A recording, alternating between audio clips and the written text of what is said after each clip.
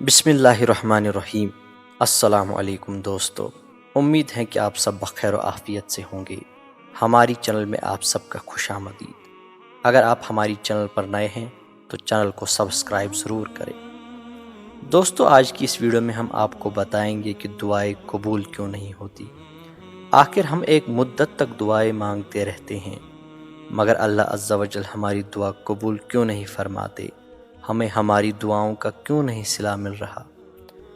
تو دوستو، حضرت شفیع بلخی رحمۃ اللہ تعالی علیہ فرماتے ہیں کہ ایک روز حضرت ابراہیم بن ادہم رحمۃ اللہ تعالی علیہ بصرہ کے بازار سے گزر رہے تھے تو لوگوں نے آپ کی خدمت میں حاضر ہو کر عرض کی کہ حضور، قرآن میں خدا تعالیٰ نے فرمایا ہے کہ تم مجھ سے دعا مانگو، میں قبول کروں گا، اور ہم ایک مدت تک دعائیں مانگتے رہتے ہیں مگر قبول نہیں ہوتی۔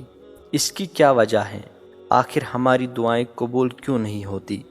حضرت ابراہیم بن ادہم رحمۃ اللہ تعالی علیہ نے جواب دیا کہ اے لوگو، تمہارے دل 10 چیزوں سے مردہ ہو گئے ہیں، پھر تمہاری دعائیں کیسے قبول ہوگی؟ تفصیل سے سنو۔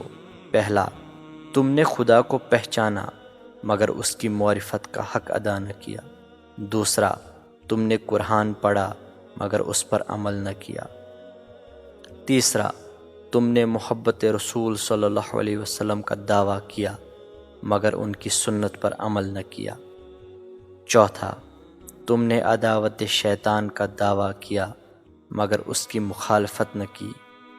پانچواں، تم نے جنت کو چاہا مگر اس میں دخول کے لیے عمل نہ کی۔ چھٹا، تم نے جہنم سے پناہ مانگی مگر خود ہی اپنے نفس کو اس میں ڈال دیا۔ ساتواں، تم نے موت کو حق جانا مگر اس کے لیے تیاری نہ کی۔ آٹھواں، تم نے بھائیوں کی عیب جوئی کی مگر اپنے عیب نہ دیکھے۔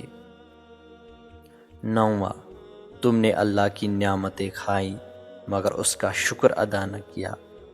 دسواں، تم نے مردوں کو دفن کیا مگر عبرت حاصل نہ کی۔ اپنے ظاہر و باطن کو پاک اور صاف ستھرا کر کے اور زبان کو اللہ کی یاد سے معطر کر کے جو دعا بھی مانگی جائے قبول ہوتی ہے، اور اگر کوئی ہماری دعا قبول نہ ہو تو یہ ہمارا قصور ہے۔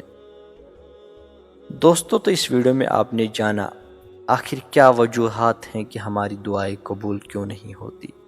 دوستو، ہمیں چاہیے کہ ہم ان باتوں پر عمل کریں تاکہ اللہ عز و جل ہماری دعائیں قبول فرمائے۔ دوستو، آپ کو یہ ویڈیو کیسی لگی؟ اگر ویڈیو اچھی لگی ہے تو ایک لائک ضرور کریں۔ اگر آپ ہماری چینل پر نئے ہیں تو چینل کو سبسکرائب ضرور کریں۔ ملتے ہیں اگلے ویڈیو میں، تب تک کے لیے خدا حافظ۔